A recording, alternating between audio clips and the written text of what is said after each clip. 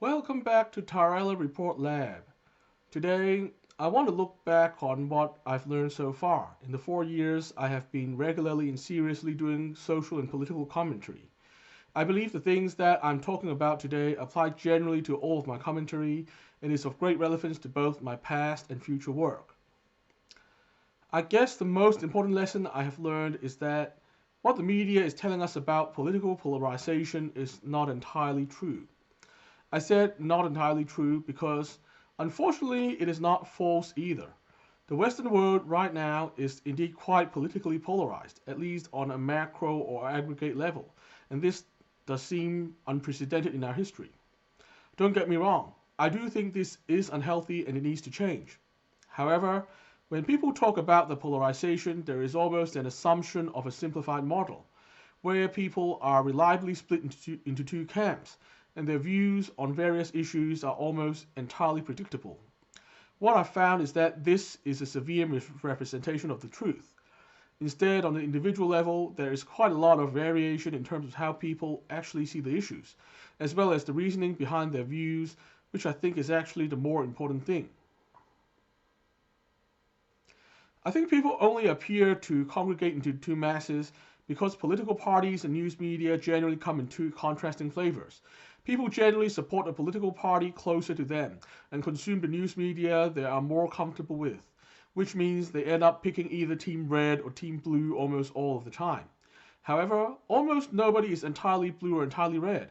When you're dealing with individuals, you really need to talk to them and listen with an open mind to understand where they actually stand. I think this individual variability shows that people are still mostly independent thinkers to some degree, which is a great relief. It also means that there is still plenty of room for big tent movements where we find common ground to resolve controversial issues. Another important thing I have learned is that we should focus on the ideas and not the personalities.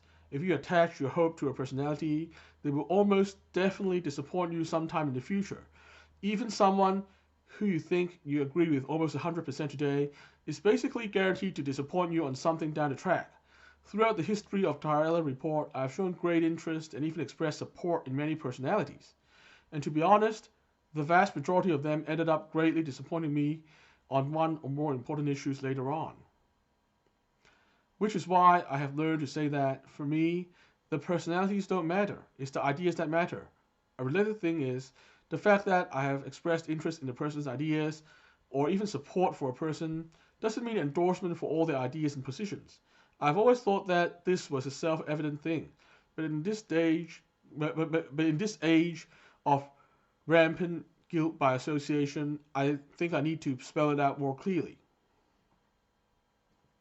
Finally, I want to talk about my views on being positive versus negative. I would say I'm very positive towards humanity, the goodness of human beings, even though I have a negative view on a lot of things about the status quo we are in. There is no logical incompatibility between positivity towards humanity and negativity towards the status quo. I found that too many people, in their bitterness towards the status quo, also lose their faith in humanity in general.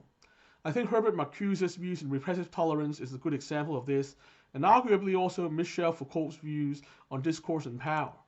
I think that's a dead end we should actively avoid. The antidote would be to have faith in our fellow humans and our ability to make things better. We might need some time, we might need some more clarity and understanding, but we will get there. That's all for today. I'll be back next time to discuss another big idea. Remember, on this show, the personalities don't matter, it's the ideas that matter. Until next time, remember to resist conformity and stay positive. Our future depends on it.